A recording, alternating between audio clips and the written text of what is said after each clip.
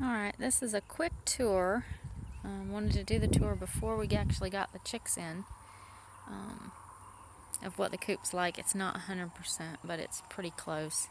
There's still some building materials around here where we're working. There's the strawberries and radishes. Strawberries like full sun usually, but here in South Alabama I find that they just dry up and shrivel up if I give them full sun, so they're getting partial shade here. And the house itself, there's still some wire to put on, but you can see some of the wire is on. Access door to get to the brooder. We chose that kind of latch even though it looks kind of silly because raccoons and possums have busy fingers. And I can tighten that screw anytime I want and just make it physically impossible for them to get it open.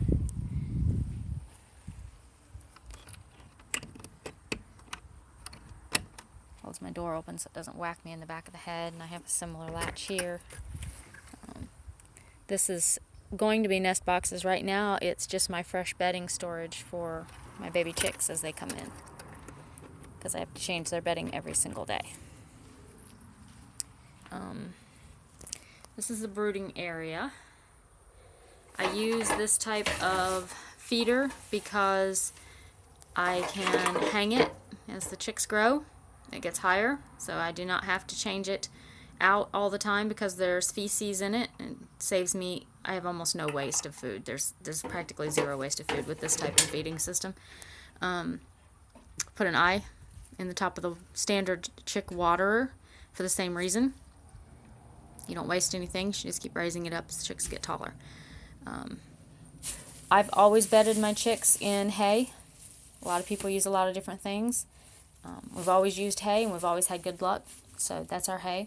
We have 2 lights because we typically have 25 or more chicks, and we once had a pile up and lost a chick. It got down to in the 20s one year when we had chicks, and we only had 1 light bulb in there and they piled up, so we always keep 2 lights for that reason. There's actually going to be 3 for this system since it's outdoors.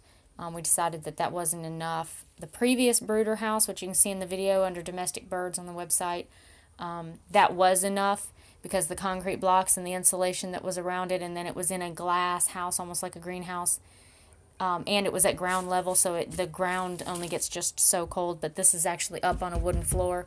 It can get a lot colder, so we're actually going to have another light. And the insulation piece sits on there. That'll obviously have to go when they get bigger. I don't know if you know this or not, but chickens will eat that. I don't imagine it's good for them, although none have ever died immediately from eating it. There's the roost. We've shown pictures of that. We just got the wire down. We still don't have the poop scraping boards in, so and that's one of the few things that's left to do on here. The hardware cloth is up at the top. That's our vent at the top when the door is closed. And then you can see the pulley up there.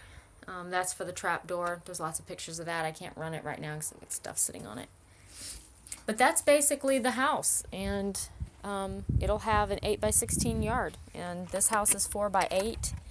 And next year when I buy chicks, we're going to put a mirror image of this house right here beside it.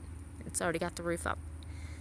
And that way I can have mature chickens that can come down their ramp and be down on the ground as needed and up in their roost as needed, and then I can brood another batch of chicks on the other side.